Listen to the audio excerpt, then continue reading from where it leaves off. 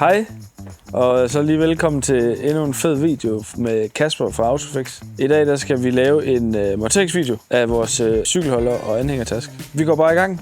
Vi skal samle cykelholderen til at starte med. Kommer sådan her i 2 kasser. Tasken kommer sådan her, og så med en nummerpladeramme. Og cykelholderen den kommer sådan her.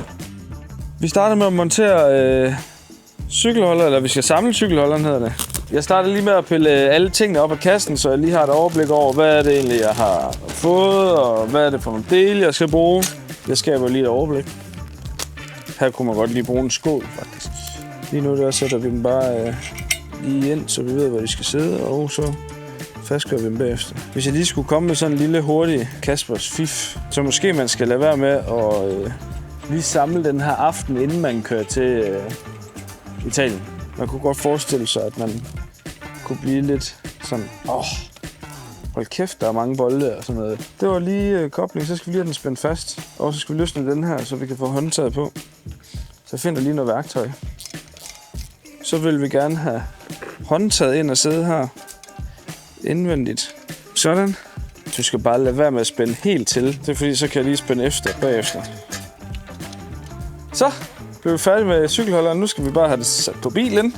Vi tager lige vores nøgle med, for den skal skrues fast. Og det er vigtigt, at den skal ikke overfra og ned på hulen. Den skal fra siden her og på. Og så skal vi lige have den op i vinkel. Og så spænder vi ellers bare. Så skal vi lige have strøm til den her. Så skal vi bare lige have stiftet de der kabler op, og det er skudt nu. Det var nemt, hva'? Det ser sgu godt ud. Så når man lige har cyklerne på der. Jamen lige op til. Kunne lige komme ind i bagagerummet samtidig. Vi skal have en cykel med, og så skal vi have et par tasker med, som vi ikke har plads til inde i bilen. Det prøver jeg lige at vise nu, hvordan man gør. Først så løsner vi lige den her. Bum. Så kører vi lige cyklen på. Så det er sækken godt, det her. Og så kører vi lige et par stopper på her. Og ned igen her. Sådan der. Så blev cyklen monteret. Så mangler vi lige bare lige at få tasken monteret.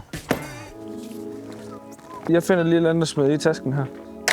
Sådan der. Vi skal lige have en lille taske med. Sønneke, han skal lige have nogle cykler med.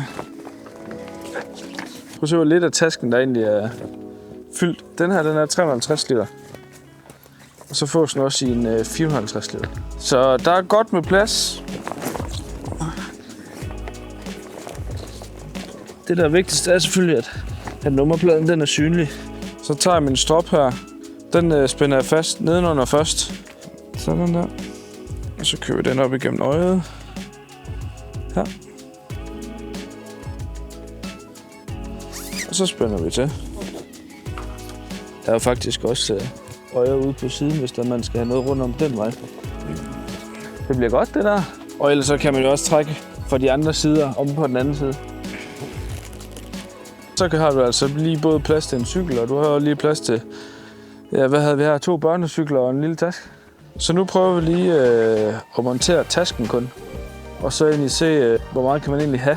Nu før, da vi havde cyklen, der monterede vi lige stropperne under tasken. Det er nemmere bare lige at montere dem her først, og så sætte tasken på bagefter. Så er stropperne klar til, at vi kan smide tasken på. Vi skal selvfølgelig huske at have bundpladen i. Det er godt, det der. Det er simpelthen fuldstændig ligesom en sportstask. Så når jeg kan slippe her, så falder den sammen. Og det er super dejligt, når det er, at du skal have den opbevaret hjemme i garagen. At den ikke fylder ligesom sådan en eller anden stor tagboks eller anhængerboks, som bare står fast. Men den her, den kan du sådan set folde sammen igen. Og så kan du have den i den her lille opbevaringstaske. Vi lægger på her. Så begynder vi egentlig bare lige at fylde i her. Jeg minder lige om igen. Det her det er jo altså stadigvæk den mindste af tasken, 350 liter. Den findes også i en 450 liter. Kuffert. Ja. Skulle vi ikke lige have et par løbecykler eller noget med? Vi kan faktisk lægge den her ned uden problemer. Det man selvfølgelig lige skal huske at være opmærksom på, det er maksbelastningen på, selvfølgelig trækket og så cykelholderen. Cykelholderen, det er maksbelastning 60 kg. Det skal vi lige have faktatjekket, men det mener jeg da. Nå, vi tager lige en løbecykel med, bare lige fordi vi kan. Så lukker vi lige tagrenden. Så er det jo egentlig bare lige at starte fra den ende af. Tag vores stropper og få dem gjort fast. Strammer lige efter her. Sådan der. Kunne man så godt have argumenteret for, at vi måske lige skulle have haft den ene kuffert herovre i den anden side. Så er vi klar til sommerferie. God tur. Hov, her har du slukket. Jeg skal lige huske at sige, at have en nummerplade på. Medfølger jo en nummerpladeramme til. Og den skal lige skrues fast hernede. Enten så kan man lige skære bunden af her, bum, så passer den ind. Så skruer man den ind med et par selvskærende skruer ind i plastikken. Og så nummerpladen på. Tredje nummerplade. Men det har vi slet ikke lige gjort i dag. Det her, det er fandme fedt. Køb din anhængertaske inde hos os.